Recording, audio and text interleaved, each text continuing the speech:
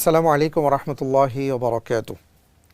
প্রিয় দর্শক, আপনাদের সবাইকে জানাচ্ছি অনেক অনেক প্রীতি আর শুভেচ্ছা। আপনারা দেখছেন ইসলামের গল্প। আমি একটা হাদিসের আলোকে একটা গল্প শোনাচ্ছিলাম, যার দুটো পার্ট চলে গেছে। মূল ব্যাপারটি ছিল তিনজন মানুষ বিশাল ঝড় থেকে বাঁচার জন্য পাহাড়ে আশ্রয় নিয়েছিলেন। এমতো অবস্থায় একটি বিশাল পাথরখণ্ড এসে গুহার মুখটি বন্ধ করে দিয়েছিল। তিনজন মানুষই আল্লাহ রব্বুল আলমিনের কাছে তাদের তিনটি ভালো কাজের উসিলা দিয়ে দোয়া করেছিলেন। দুজনেরটা শুনেছিলাম, আর একজনেরটা আছে, সেটাই আমি আজকে আপনাদেরকে শোনাবো। সেই গল্পটা ছিল এমন, তিনি আল্লাহ রব্বুল আলমিনের কাছে দোয়া করে বলছেন, রব্বুল আলমিন, আমি একজন হতদরিদ্র মানুষ, দিন আনি দিন খাই। আমি রাখাল হিসেবে কাজ করতাম আমার এক মালিকের কাছে। তার পশুপালগুলো নিয়ে আমি বনবাজারে ঘুরে বেড়াতাম, আবার সন্ধ্যাবেলায় এদেরকে খাইয়ে মালিকের কাছে বুঝিয়ে ভবিষ্যৎ হোক নিরাপদ, বিনিয়োগ হোক বিশ্বস্ত, আর আমার পছন্দ সল্ট বে। ওয়েলকাম টু সল্ট বে। এরপর আমি বাসায় চলে আসতাম। আমার মালিক সারাদিনের এই পরিশ্রমের বিনিময়ে তিনি আমাকে এক বাটি দুধ দহন করে আমাকে দান করতেন বা আমাকে দিতেন। আমি সেই দুধ নিয়ে বাসায় এসে সবার আগে আমি আমার মা বাবাকে খাওয়াতাম, তারপরে সন্তানদেরকে, তারপরে আমি আর আমার স্ত্রী খেতাম। এটা ছিল আমার নিত্যদিনের অভ্যাস। একদিন ওই ছাগলের পাল থেকে একটা ছোট্ট বাচ্চা হারিয়ে যায়। তো ওটা খুঁজতে গিয়ে আমার সময় লেগে যায়, সন্ধ্যা ঘনিয়ে রাত হয়ে যায়। এরপরে আমি যখন এই পাল আমার মালিককে বুঝিয়ে দিই, তিনি আমাকে নিয়মিত সেই এক বাটি দুধ যখন আমাকে দেন, আমি সেই দুধটুকু নিয়ে বাসায় আসতে আসতে দেখি অনেক রাত হয়ে গেছে। এসে শুনলাম যে আমার মা বাবা তারা ক্ষুধার্ত অবস্থায় ঘুমিয়ে পড়েছেন।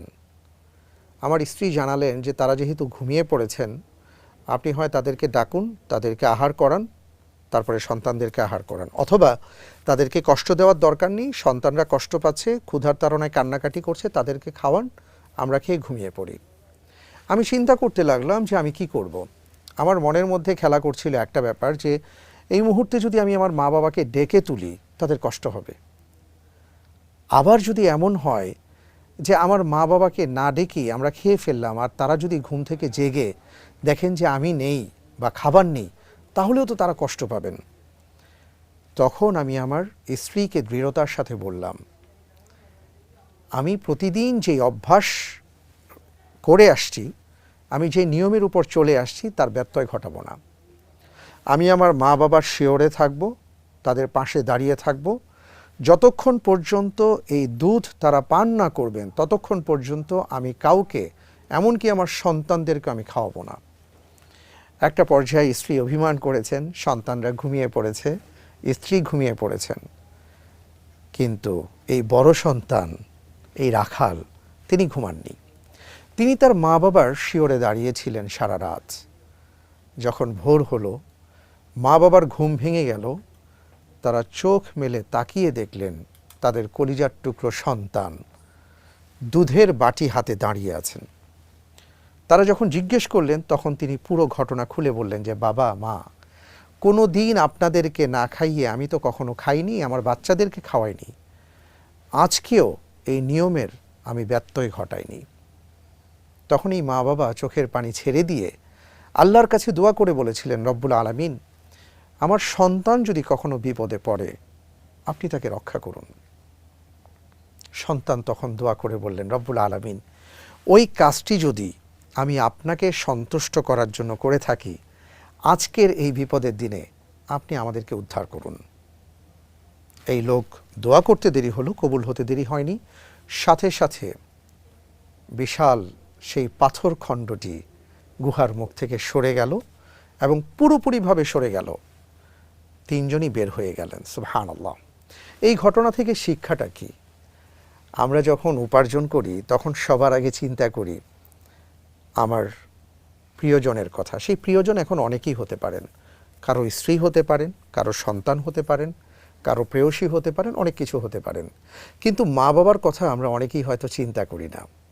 কোনো সন্তান যদি মা বাবাকে সন্তুষ্ট করতে পারেন, তার আচরণের মাধ্যমে, তাহলে এই সন্তান হবেন মুস্তাজাবুদ দাওয়া, অর্থাৎ দোয়া কবুলকারী সন্তান। তিনি যা দোয়া করবেন আল্লাহ তাআলা সেই দোয়া কবুল করবেন। রাসূল সাল্লাল্লাহু আলাইহি ওয়াসাল্লামের একটি হাদিস আছে, তিনি বলেছেন, যে সন্তান তার মাকে পেল, বাবাকে পেল অথবা কাউকে পেল, কিন্তু তাদের খেদমত করে আল্লাহর কাছ থেকে জান্নাত হাসিল করতে পারল না, তার চেয়ে হতভাগা সন্তান আর কেউ হতে পারে না। আমি আমার নিজেকে নাসিহা করছি, আর আমি আপনাদেরকে আরজ করছি, আপনার ঘরে যদি মা থাকেন, আপনার ঘরে যদি বাবা থাকেন, দয়া করে জান্নাত হাসিল করুন। আল্লাহ তাআলা আমাদের সবাইকে সেই তৌফিক দান করুন, আমিন। আপনাদের সবাইকে ধন্যবাদ। আসসালামু আলাইকুম ওয়া রাহমাতুল্লাহি ওয়া বারাকাতুহু।